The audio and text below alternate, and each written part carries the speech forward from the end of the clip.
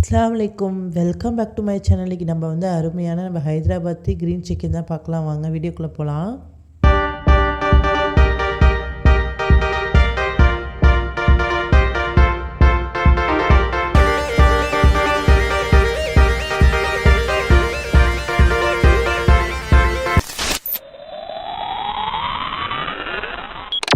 Mixie ஜாரில் நம்ம ஒரு 1/4 கப் மல்லி புதினா எல்லாம் சேர்த்துக்கலாம். நான் காரத்துக்கு தகுந்த மாதிரி 2 பச்சை மிளகாய் சேர்த்துருக்கேன். உங்களுக்கு எவ்வளோ வேணுமோ சேர்த்துக்கோங்க. நான் 1/4 கிலோ சிக்கன் தான் செய்ய போகிறேன்.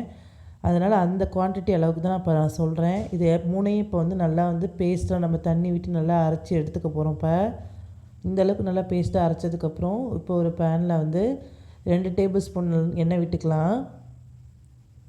இப்போ எண்ணெய் நல்லா சூடாகட்டும். இப்போ இப்போ ஸ்பைசஸ்லாம் சேர்த்துக்கலாம்.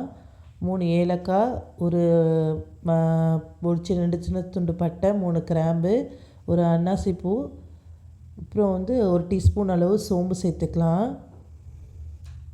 இப்போ இது எல்லாமே நல்லா பொரிஞ்சு வரட்டும். ஒரு சின்ன துண்டு பிரியாணி இலை சேர்த்துக்கிறேன். இது நல்லா எல்லாம் பொரிஞ்சு வந்ததுக்கப்புறம் ஒரு பெரிய சைஸ் வெங்காயம் நான் பொடிசாக கட் பண்ணி சேர்த்துருக்கேன். இதே நல்லா வதக்கிக்கலாம்.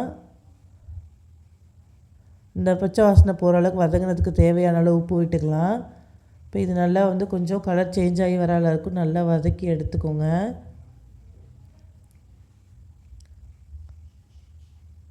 நல்லா இந்த அளவுக்கு நல்லா வதக்கி வந்ததுக்கப்புறம் இப்போ இஞ்சி பூண்டு பேஸ்ட் நான் 1 டீஸ்பூன் சேர்த்துக்கிறேன். இதையும் நல்லா பச்சை வாசனை போகிற அளவுக்கு நல்லா வதக்கி எடுத்துக்கலாம். இது ரச சாதம், சைடிஷ்க்கெலாம் செம்ம டேஸ்ட்டாக இருக்கும். சப்பாத்தி, தோசை, இட்லிக்கெலாம் அருமையாக இருக்கும். ட்ரை பண்ணி பாருங்கள்.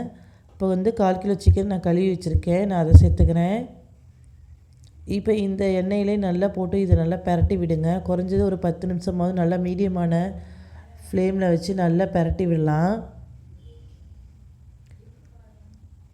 கறிலாம் நல்லா மிக்ஸ் ஆகி சுருண்டு வந்ததுக்கப்புறம் 1/2 டீஸ்பூன் மிளகாய்த்தூள், 1/4 டீஸ்பூன் மஞ்சள்தூள் சேர்த்துக்கலாம். 1 டீஸ்பூன் அளவு மல்லித்தூள், 1/2 டீஸ்பூன் கரம் மசாலா சேர்த்துக்கிறேன். இப்போ இது எல்லாத்தையும் நல்லா மசாலாவில் நல்லா மிக்ஸ் பண்ணி விடுங்க. எல்லா கறிலையும் நல்லா படுற அளவுக்கு நல்லா எல்லாத்தையும் கலந்து விடுங்க. இப்போ நம்ம 1 டேபிள் ஸ்பூன் அளவு தயிர் சேர்த்துக்கிறேன். இந்த தயிரை அந்த கறியோடு நல்லா மிக்ஸ் பண்ணி விடுங்க. நல்லா சாஃப்டாகவும் இருக்கும், க்ரீமியாகவும் இருக்கும், நமக்கு டேஸ்ட்டாக இருக்கும். இப்போ இந்த கறிக்கு தேவையான அளவு உப்பு விட்டுக்கலாம். இப்போ நம்ம அரைச்சி வச்ச பேஸ்ட்டை இதில் சேர்த்துக்கலாம். இதையும் இதில் நல்லா நல்லா மிக்ஸ் பண்ணி விடுங்க. இப்போ மிக்ஸி ஜாரில் இருக்கிற இந்த ஓரத்தில் இருக்கிற அதெல்லாம் தண்ணி விட்டு கொஞ்சம் அலசி ஊற்றிக்கிறேன் நான். இப்போ இது எல்லாமே நல்லா மிக்ஸ் பண்ணி விடுவோம்.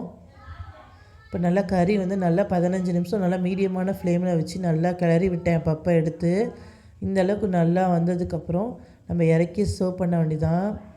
இது சப்பாத்தி, பூரி எல்லாத்துக்குமே செம்ம டேஸ்ட்டாக இருக்கும். நீங்களும் வீட்டில் மறக்காமல் ட்ரை பண்ணி பாருங்கள்.